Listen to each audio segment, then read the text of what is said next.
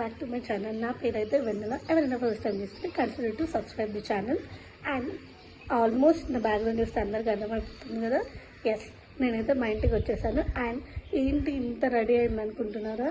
So మేమైతే అందరం family కలిసి మేడారం వెళ్తున్నాం. ఎవరెవరు వెళ్తున్నాం ఏంటి అంటే నేను ఫర్దర్గా ఎక్స్ప్లెయిన్ ఇస్తాను. నాకైతే ఎంత కుదిరితే అంత వ్లాగ్ చేయడానికి ట్రై చేస్తాను. ఎందుకంటే ఫుల్ రష్ ఉంది మేడారంలో. వెళ్ళాలంటేనే భయం అవుతుంది. బట్ ఎప్పుడో ఒకసారి కదా, నేనైతే ఫస్ట్ టైం వెళ్తున్నాను. అంటే మేడారం వెళ్ళాను, బట్ జాతర టైంలో ఇదే నా ఫస్ట్ టైం. అంటే నాకు గుర్తున్నంత వరకు this is my first time. చిన్నప్పుడు వెళ్ళానో లేదో నాకు గుర్తులేదు, బట్ పెద్దగా అయ్యాకైతే ఇదే ఫస్ట్ టైం అనమాట. So I'm like so excited చూడ్డానికి మొత్తం. సో నేనైతే కరీంనగర్లో ఒక 4 years బ్యాగ్ తీసుకున్నా, బీబాలో తీసుకున్నా. So let's get this vlog started. ఇంకా మార్నింగ్ అయితే ప్రిపరేషన్స్ అన్నీ స్టార్ట్ అయిపోయాయి. అండ్ అక్కడ మా ముక్క ఏంటంటే కోళ్ళను కోసుకుంటాము. అండ్ మా శ్రీరామ్ ఇక్కడ ఏంటంటే అవి తీసుకెళ్ళి కాళ్ళు పెట్టడానికి ట్రై చేస్తున్నాడు. ఫస్ట్ అయితే పరిగెత్తుకుంటూ వెళ్ళా, తర్వాత వీడియో తీస్తున్నామంటే మెల్లిగా కెమెరా చూస్తూ అలా వెళ్ళిపోయాడు. మేము బ్రేక్ఫాస్ట్ చేసి స్టార్ట్ అయ్యేసరికి ఆల్మోస్ట్ ఒక 10:30 అలాగైంది. మేము ఉండేది కొంచెం కాళేశ్వరం దగ్గర. సో కాళేశ్వరం టు మేడారం అనేది మాకు ఆల్మోస్ట్ 1.5 to 2 hours వెళ్ళిపోవచ్చు. బట్ కాకపోతే కొంచెం ట్రాఫిక్ ఎక్కువ ఉండే కాబట్టి మాకు ఆల్మోస్ట్ ఒక 2 to 2.5 hours అయితే పట్టింది. మార్నింగ్ 10:30 అయినా కానీ అసలు సన్నే లేదు. చాలా ఫాగ్ ఎక్కువ ఉంది తెలంగాణ సైడ్ మొత్తం. సమ్మక్క సారక్క జాతర అనేది మేడారంలో ఉంటుంది. చాలా మందికి అయితే తెలిసి ఉంటుంది. వరంగల్ డిస్ట్రిక్ట్ సైడ్ అయితే వస్తుంది. అండ్ ఇది ట్రైబల్ ఫెస్టివల్ అనమాట. ఏషియాలోనే లార్జెస్ట్ ట్రైబల్ గ్యాదరింగ్. 4 days జరుగుతుంది. అండ్ 2 years ఒక్కసారి జరుగుతుంది. అయితే February 1st వెళ్ళాము, ఎందుకంటే 4 days అయిపోతుంది కదా, రష్ ఎక్కువ ఉంటుందని ఫస్ట్ రోజు వెళ్ళాము. అండ్ దట్టు సండే కాబట్టి ఆ రోజు అయితే చాలా రష్ ఎక్కువ ఉంది. ఇది అయితే సిరివంచకి వెళ్ళే రూట్, అంటే మహారాష్ట్ర బార్డర్ అనమాట. ఓయి మూవీలో అంటారు కదా, ఒకే టైంలో 2 places ఉండాలి అని. మేము బ్రిడ్జ్ క్రాస్ చేస్తే మహారాష్ట్ర ఎంటర్ అయినట్టే. అండ్ ఇంకొక బ్రిడ్జ్ ఉంటుంది, అది క్రాస్ చేస్తే తెలంగాణ ఎంట్రన్. అక్కడ నుంచి కాళేశ్వరం వెళ్ళిపోవచ్చు. Coming back to the story ఏంటంటే, సమ్మక్క అండ్ సారలమ్మ తల్లి కూతుళ్ళు. మనకి మేడారంలో విగ్రహాలు కానీ అలాంటివి ఏం కనిపించవు. ఇక్కడి ప్రసాదంకి కూడా ఒక బ్యాక్ స్టోరీ ఉంది. ఏంటంటే ఇక్కడ ప్రసాదం అయితే బంగారం అంటాం, అంటే బెల్లం. అక్కడ ఉండే ప్రజలకి ఐరన్ కంటెంట్ అనేది అప్పట్లో తక్కువ ఉండేది కాబట్టి బంగారంని లైక్ బెల్లంని ప్రసాదంగా ఇంట్రడ్యూస్ చేయడం వల్ల ఏంటంటే ఎక్కువ మంది తినడం వల్ల ఐరన్ కంటెంట్ అనేది పెరుగుద్ది అని ఒక మన ట్రెడిషన్ రీజన్ తెలిసినప్పుడు దాని వాల్యూ ఇంకా పెరుగుతుంది. ఆ రోజు ట్రాఫిక్ అయితే చాలా క్రేజీ, లేదంటే రూట్ గురించి క్లియర్గా చాలా ప్రాపర్గా మెన్షన్ చేశారు. హాయ్ గాయ్స్, మేమైతే మొత్తానికి మేడారం చేరుకున్నాం. ఓకే చలో గో. ఇక్కడ అందరం పార్కింగ్ ఏరియా. అండ్ అటు సైడ్ అయితే కమాన్ ఉంది, నేను చూపిస్తాను. అండ్ బై వాక్ అయితే అందరు వెళ్తున్నారు. ఇప్పుడు మేము వెళ్ళాలి. జాతర టైం కాబట్టి కార్డ్స్ అనేవి లోపలికి అలౌ చేయట్లేదు. కొంచెం దూరంలో పార్కింగ్ చేసుకున్నాము. అక్కడ నుంచి మేమైతే ఫస్ట్ జంపన్న వాగుకి వెళ్తున్నాము.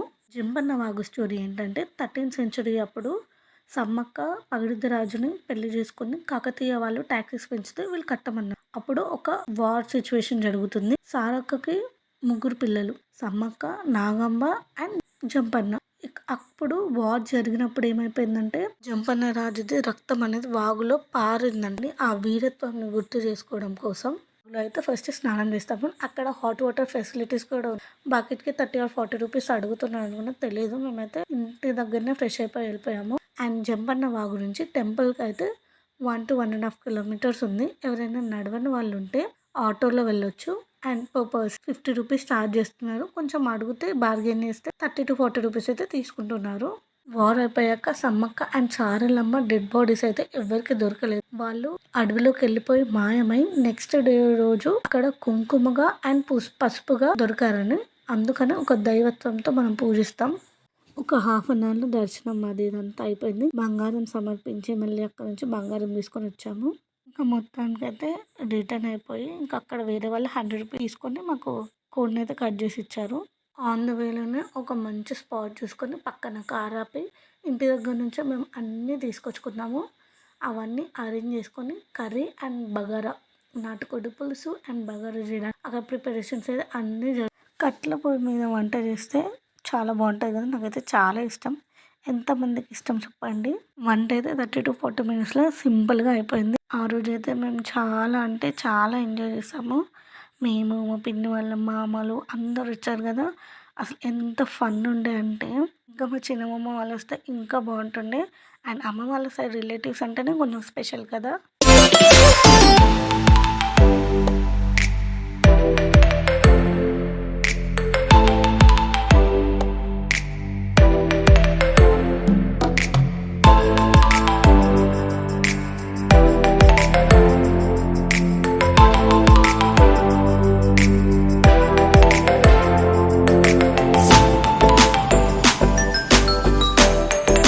మీకు ఒకవేళ రెసిపీ కావాలంటే నాకైతే కామెంట్ సెక్షన్లో చెప్పండి.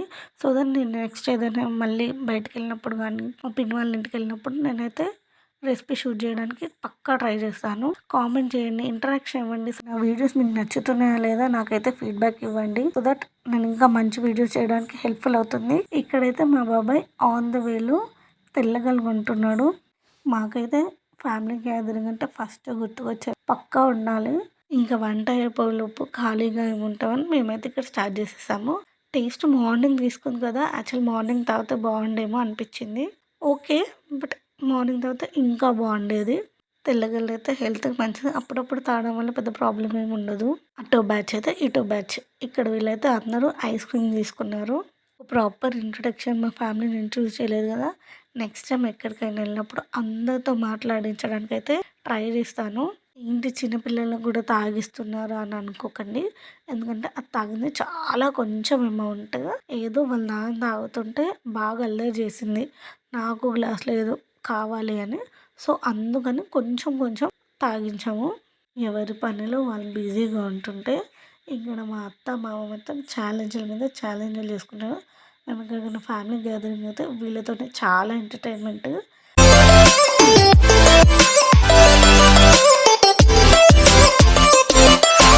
మాట్లాడుతూ టైం కూడా అయిపోయింది. మేమైతే ఇంకా అందరం 4:30 to 5 అయిపోయింది మేము లంచ్ చేసేసరికి. రిటర్న్ అయ్యే టైంకి పక్కన ఒక గ్యాంగ్ ఉండే, వాళ్ళతో మంచి డీజే బాక్స్తో కూడా ప్రిపేర్డ్గా వచ్చారు. ఫుల్ అంటే మంచి మంచి సాంగ్స్ ప్లే చేస్తూ మేమైతే, వాళ్ళేమో కానీ వాళ్ళకంటే ఎక్కువ మేమే వైబ్ అయిపోయినాం అనుకో. 1 by 1 వస్తూ మేమైతే చాలా ఎంజాయ్ చేసాము. ఆల్మోస్ట్ తెలంగాణలో ఫంక్షన్ ఏదైనా డీజే మస్ట్ కదా. అండ్ నాకైతే 4 స్టెప్పులు వచ్చి ఇంకా అవే అటు ఇటు మేనేజ్ చేసేస్తాను. మేమిద్దరం ఇక్కడ వైబ్ అవుతుంటే మా ఆయన నేను వస్తాను అలా ఇంకా 1 by 1 అందరం యాడ్ ఉన్నాయి. చాలా బాగా ఎంజాయ్ చేసాము.